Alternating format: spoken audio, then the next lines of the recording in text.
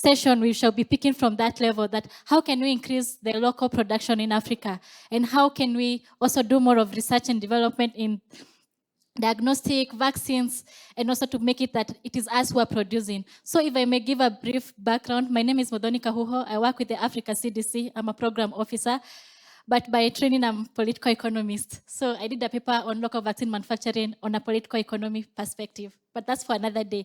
But the issue of local vaccine manufacturing has not just started.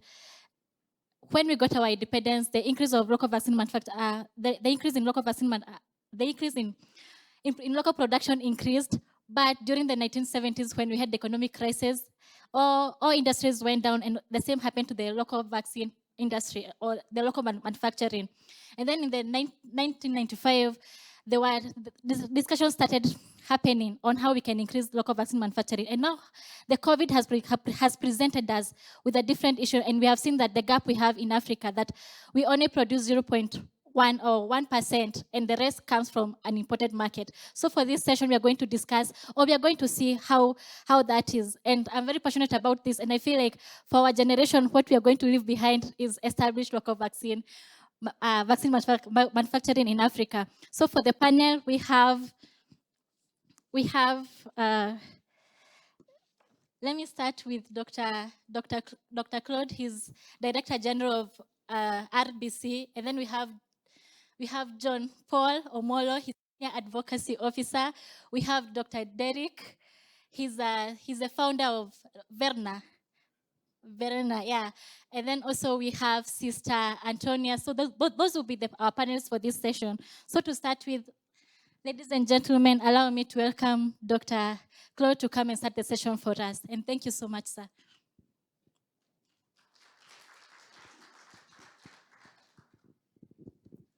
Thank you very much, moderator. I'm not sure if you have my slides. Did you go? Yes.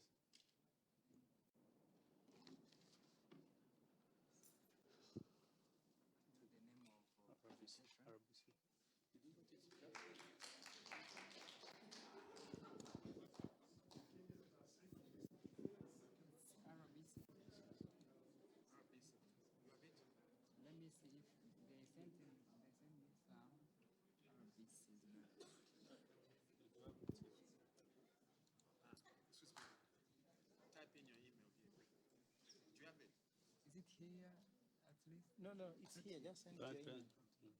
Or WhatsApp.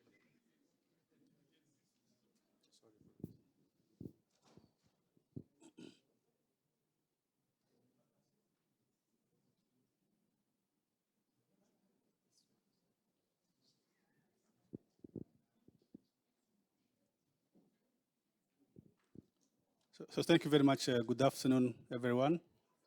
So while they are preparing to display my slides, I know that we have been talking about this topic around increased productivity or production of vaccine therapeutics and also diagnostic in Africa. I think there is a good reason to really discuss about that. But again, as you said, there should be a commitment, a partnership, regional collaborations to make sure that we have all the requirements to be able to put it to reality. And we know that everything starts by, there's something that about, which is on the upstream, which we have also touched a little bit about that this morning, about that data, biomedical data, biorepository, researchers, and also preclinical and clinical research. And that is actually where I'm going to focus off all my speech or my topic around that as RBC, Rwanda Biomedical Center. As one of our major role is probably to make sure that we have the workforce and also the data to really attract and also guide researchers or manufacturers to understand very well those markers of vaccine or any biological markers of productions, of design of any vaccines. And Africa needs to be really thinking about that, because we may get vaccine or industry coming in Rwanda, but if we don't really train a pool of researchers to really be able to generate ideas, we may not really design solutions for Africa. So that is where probably I want to focus more on. So today's presentation is around research and development and some of the current opportunities and challenges to maximize our output and gains in the context of Africa. Next, please. So again, this is something I wanted to share with you around what are we doing in terms of really investment in R&D in Africa. And we know that we have really too much more to be done in the sense that if you can see on the map, there's still some few data on R&D investment, especially in most of part of Africa. But again, if you go to how Africa is doing to really promote research and R&D, recording in you progress. can see that the growth domestic expenditure on R&D is still very low if you compare that to other countries. So around 0.5% is the portion that Africa is really spending on that. So we still have a long journey to go. Next, please. And if you compare Africa and other parts of the world, we can see that in other areas like Asia and Pacific, private sectors are the biggest investors in R&D. Maybe there's some reasons. These all started by researchers sitting down, having good lab infrastructures, data, and now building that partnership with business and private. But if you can see in Africa, even though we are not yet there, but most of the investment is done by the government institution, the public institutions. So we have really been able to convince and to really get the buy-in of the private sector to really invest in R&D. Next, please. Next. Can you go back if I'm correct? So again, if you compare, if you compare the effort of countries in terms of science, technology, innovation, but also R&D performance, you can see again in terms of GDP or GRD, Rwanda is in the middle without any clear value, but we have around 0.65% of the expenditures which are really dedicated to R&D. And in Africa, South Africa ranked first in terms of really promoting R&D. And you see also Kenya, our neighbor, is also there, trying to really also put much effort in that. Next, please. So in terms of the patent applications, we have seen that even though we have been able to show some growth in our numbers of patents, but we see that Africa only contributes to 2% in terms of patent applications and also patents per year. So this is actually very low. And probably if you can compare from the previous years, there's still some decrease in terms of really application for the patent. So we need to probably also think about if you need some laws or policies, and also people need to understand very well how we need to also be able to have this patent application. Next. So I also want to really share with you some of the indicators of research outputs in Africa. And if you compare Africa, you can see that in terms of progressions, we have made some great progress in terms of really increasing the number of applications, but also the number of articles that has been published either globally, but also in Africa, where we see, again, South Africa, Southern Africa is still taking the lead in terms of number of applications, in terms of research in epidemiology. And you can see also that some of the regions of Africa are still lagging behind in terms of research. Next. I've said about this. We see that for articles which are indexed and the researchers who have been cited, we see that South Africa again still rank #1, followed by Kenya, Nigeria, and also Tanzania, Uganda, Ethiopia, Cameroon. Probably Rwanda is on the list, but not really among the top 7. But those are the countries which are doing very well in terms of research outputs. Next, please. Rwanda, I think for Rwanda, I just want to mention something. We all know that Rwanda went through a tragic history in terms of really the genocide, and we lost most of our researchers, and most of the researchers also maybe were really impacted our output in terms of research and scientific publications. And that you can see, but after that, you can see from 2005, we have been seeing a sharp increase in the number of publication and research projects carried by Rwandan. And we hope that with all the enablers that we have been put in place, we continue to promote and really have more people who would like to do research. Next, please. Clinical trials, as I mentioned, is also one of the things that would probably allow us to get some of the products before even going to market. We need to probably have this site, people, and researchers for clinical trials. And in Rwanda, we have been able to either conduct clinical trials either by RBC or also through a collaboration with universities, but also with some of the private research institutions in Rwanda. And as you can see, we have been conducted around 126 clinical trials conducted. Most of them will be in the areas of vaccine, HIV candidates, but also other malaria, Ebola candidate for the vaccine. And again, there are some countries like South Africa are still better than other countries. Next, please. Next. So these are some of the examples of vaccines and therapeutic trials that are conducted in Rwanda. So you can see some of the trials. And if I can remember very well, I'm very happy to see the first HIV vaccine trials. I was among the first statisticians in 2005 to conduct these first clinical trials on HIV, phase 1 in Rwanda, which was really supported by international IRV, and also which was conducted by Project San Francisco. And after that first clinical trials on HIV candidate vaccines, we have seen also other candidates brought in Rwanda to be evaluated, like Ebola vaccines, malaria.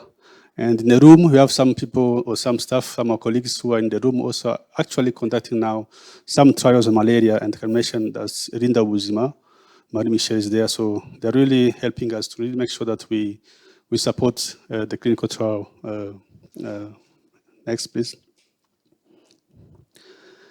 In terms of our visions, and I was very glad to hear today to see that our visions as a country, our program as a country is really in line with also the missions or the direction that IIT is taking in terms of really that social and economical transformations, where for Rwanda we have a vision to really move from where we are in 2020 to really become a high-income countries. And this is a program that touches most of the component of the key transformations like socio-economical. And research and development is one of the pillar of that. But for Rwanda,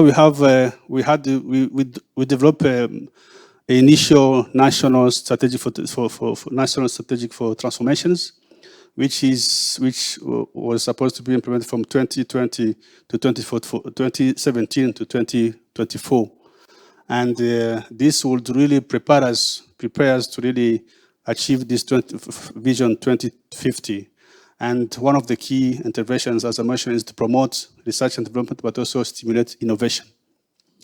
And this scientific research and technology innovations is one of the key enablers that we think to establish in Rwanda as a global competitive to achieve this knowledge-based economy. But again, there are some strategies which are there. There are a lot of stakeholders and institutions that were really key to develop this Vision 2020. Next, please. Again, there's some of the pillars where we want to base our visions. So public and private collaborations in terms of higher institutions. And then also based on that effort also, we didn't forget also the partnership in the regions where we have been able to really host some of the center of excellence in the East African regions like artificial intelligence, or I'm not sure if I'm going to mean it very well, but it's the data science, sustainable energy, but also biomedical engineering. And also in terms of international investment in Rwanda, also in science and technology innovation system, also we have been able to create some of the new technology and science universities to really make sure that we have the required workforce in terms of the universities. So many universities has been put in place in Rwanda to really promote that R&D and science. Public institutions were not left beyond, because we also have clear strategies at those institutions to really make sure that we promote science, technology, and the use of technology first in our interventions. And RBC is also part of that. Thank you. Next. And also in Rwanda, there's an institution called National Council for Science and Technology, who has been able to really raise domestic funds to really also promote research. So you have the KIGALI Innovation City, the Rwanda Innovation Funds that really link academy and the industry. So it's really grants that allow students or faculty members to collaborate with industries to really apply their knowledge to really get that product development and markets put on that. Next, please. And in terms of R&D performance, and if you can see there, we have been able also to increase our contributions of domestic gross domestic expenditure on R&D from 0.666 to 0.69 from 2015 to 2019. So we're still also going to really make sure that we achieve the targets set by African Union of 1%, if possible. Next.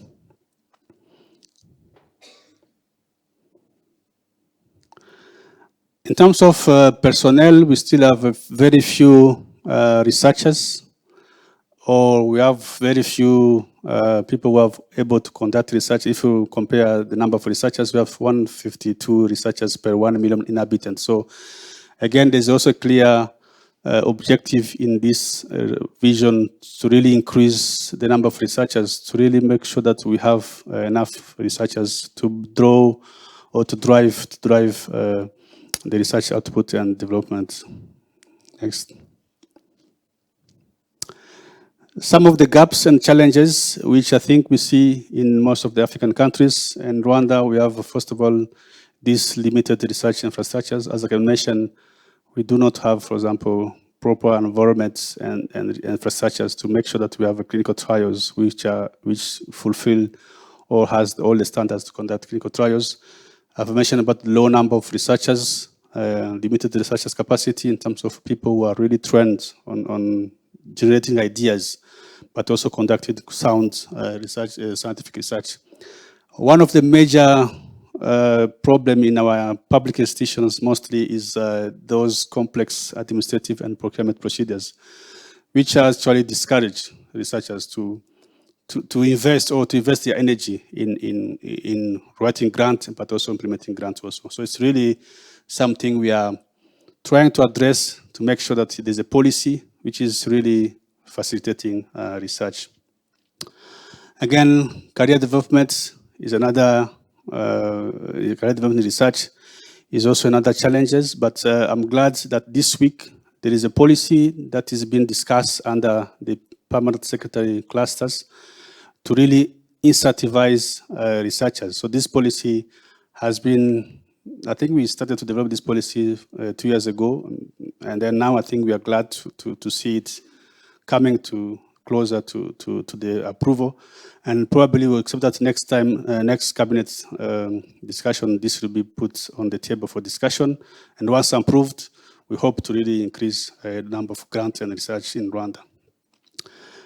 Here, I think this is the lack of industry collaboration. I think this is also another challenge, but we have been able to raise some funds through the National Council for Science and Technology to really promote that partnership and collaboration between institution and industry. And also the investment of industry, as I mentioned before, is still not there yet there, but we need to convince, we need to attract those industry to really probably invest in research and development. And the incentives I've mentioned about this is going to be addressed by the policy, which is able to address this issue of policy. Next, please.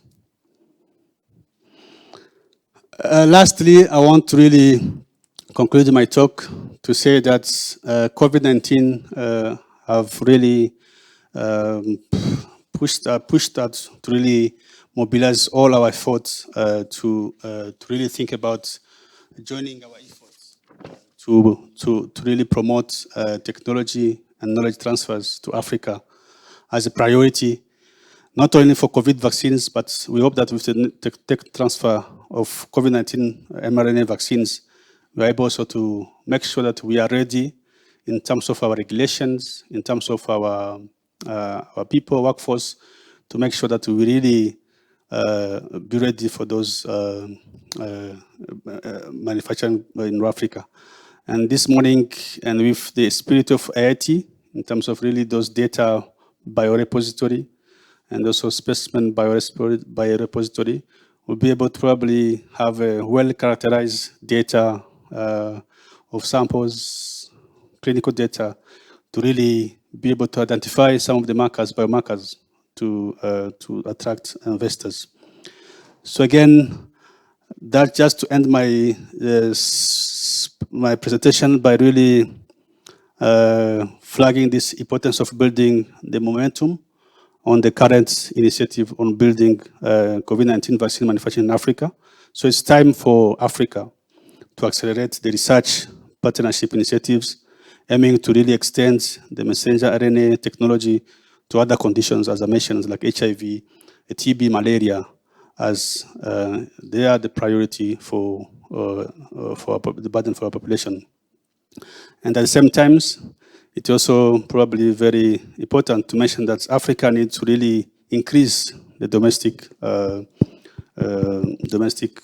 support for R&D, and also relying on partnership in Africa, but also thinking about the market also, because we need to have really think about those free markets, free trade markets, to make sure that we have a regional, strong manufacturing hubs to be able to really adhere to the regulation, but also responding to these challenges of access to drugs, vaccine, but diagnostic. So with that, I would like to thank you very much for your attention. And I'm be happy to answer questions or provide additional information. Thank you very much.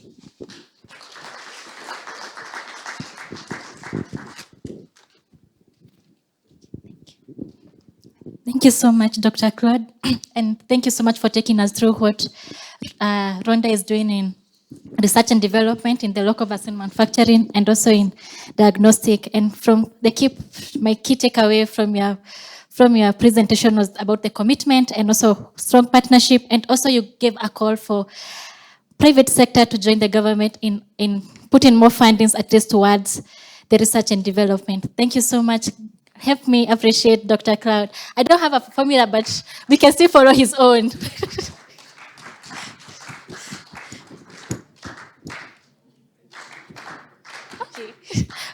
Okay, so our next speaker will be John Paul Omolo.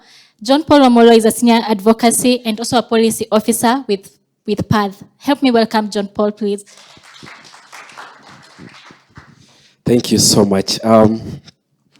I know in your program it's written Dr. Janet Biaruhanga, who is a very good friend of mine, and I hope I'm going to represent her well. So I'm not speaking on her behalf, but I'm taking a position, right? They say when opportunity present, you take them up because opportunities have wings, right?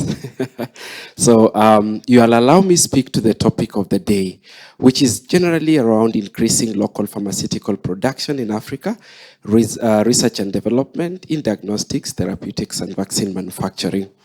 And maybe I'll start with a small story that this is a real story. that once upon a time, not once upon a, but not long ago, there was this small village that had a huge health crisis, and it hit all the headlines. And so the health leadership, right from the ministers of health, flew right into the village, tried to analyze and diagnose what the problem is. They identified where the issue is and decided on what they needed to do, which, of course, they put in money, a lot of money, put it in infrastructure, and decided that now we've solved this problem once and for all. 1 year after that, in another village, a similar crisis erupted. And the minister had to go right into that village, identified and realized that it's the same problem that was in the other village.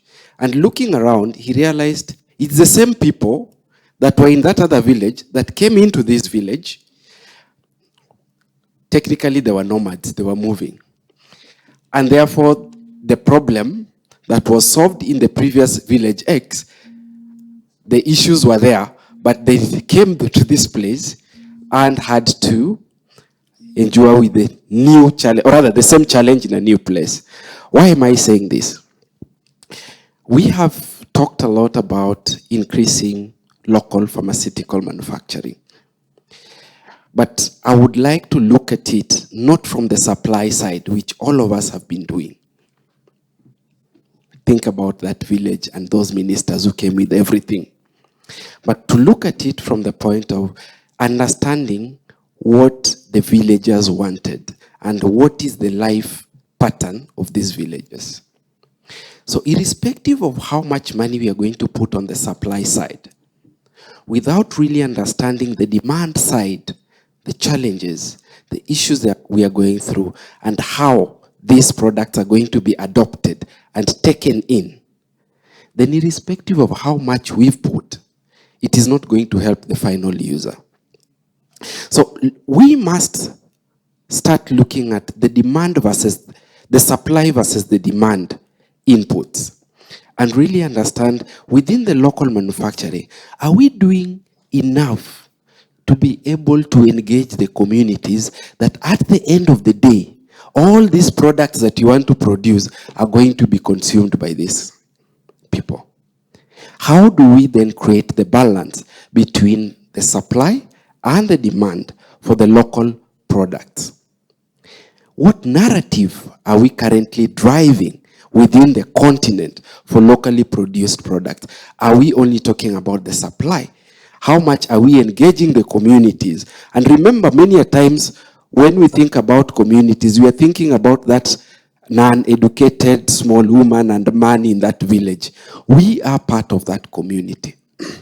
When COVID-19 vaccines were being rolled out, I had the privilege of sitting in several committees, including in the actual delivery. One of the biggest challenges we faced were not from the communities. They were from the healthcare workers who needed to communicate about the vaccines. I can tell you, I've been in the health field. About 80% of all my friends are medical doctors. And by the time we were rolling, a huge percentage of them were the ones who were hesitant to take. They were not resistant. They were hesitant to take up the vaccines.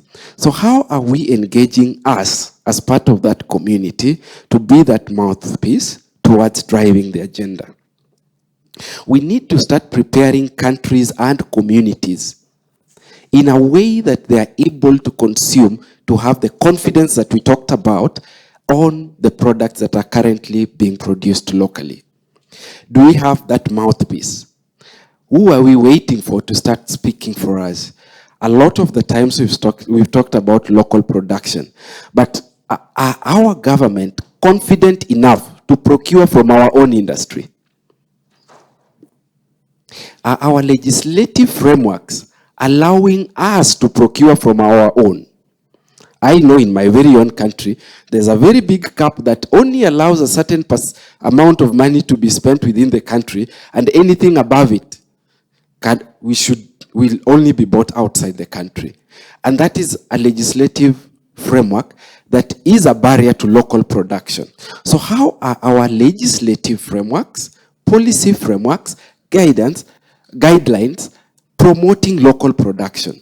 Have we looked at that in terms of the demand side? And this, I'm looking at it from the demand side, because the biggest procurer of local products is the government. And if the government is not procuring from its own, then there is no sustainability completely.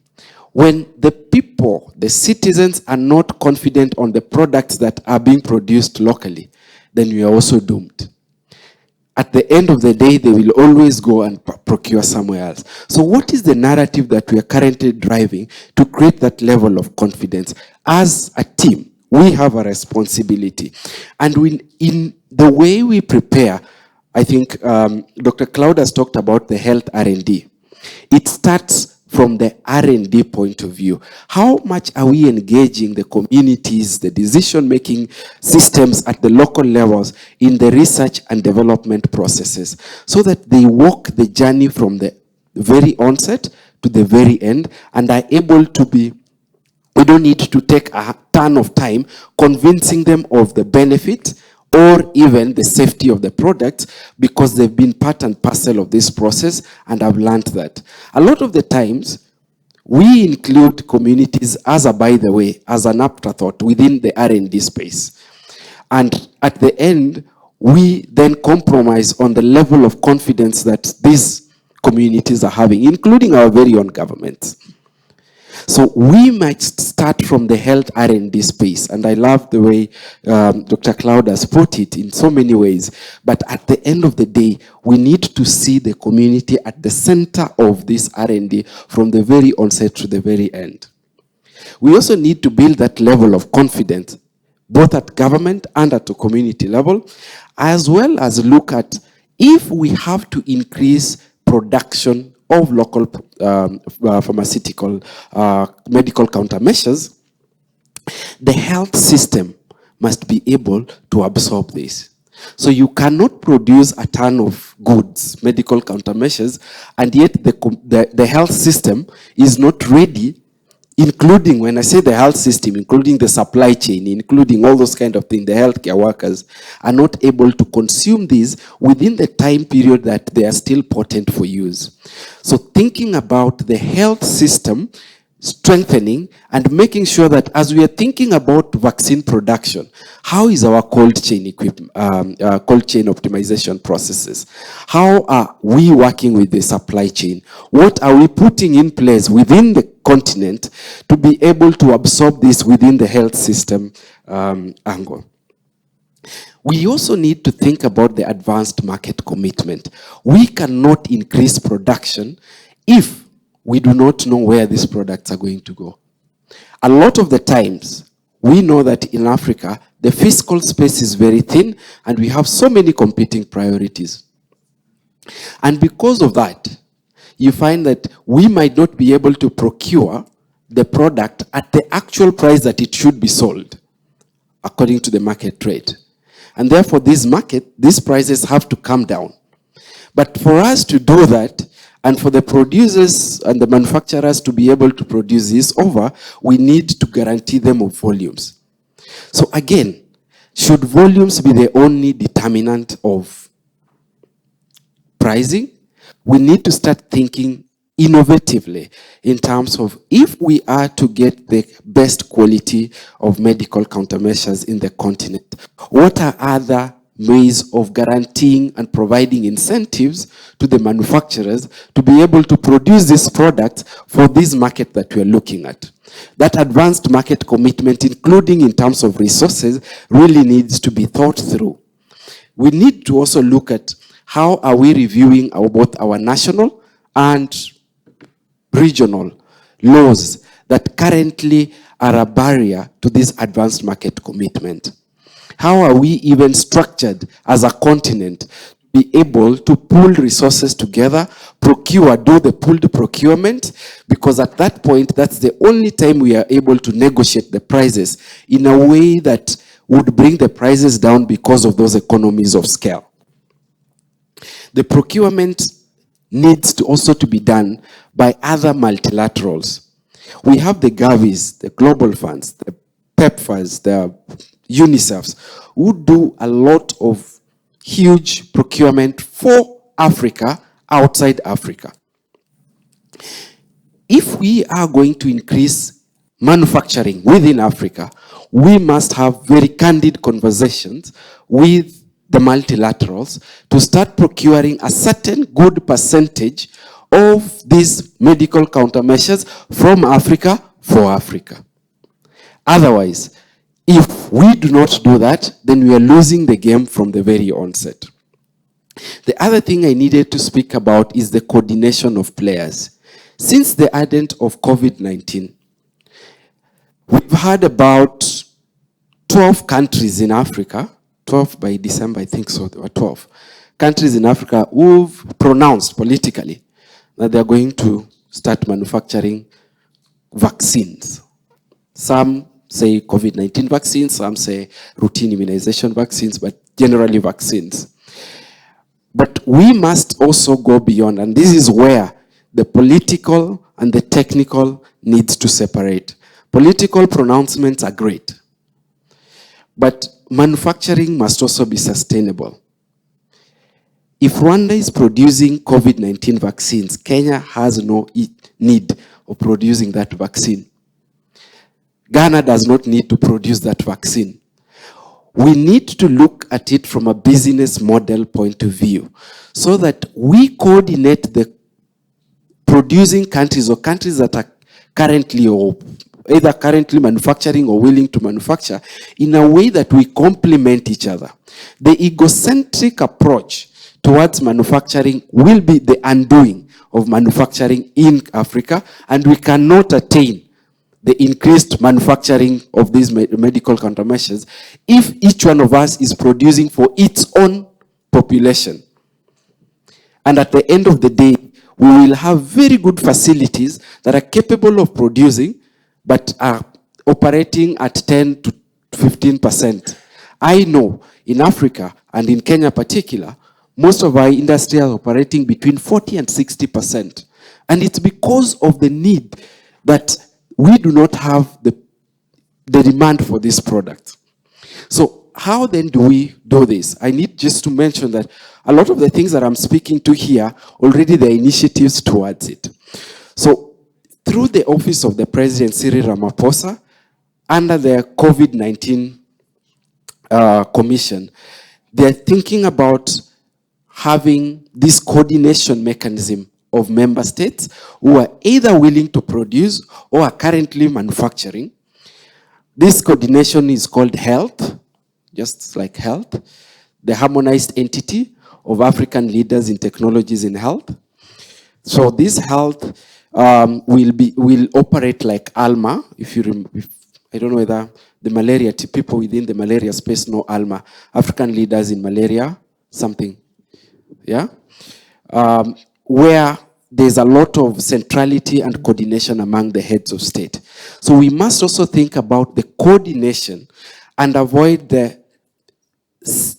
approach where every single country wants to do a small thing in their common space. Until we think as one Africa, we cannot be competitive and we cannot be sustainable.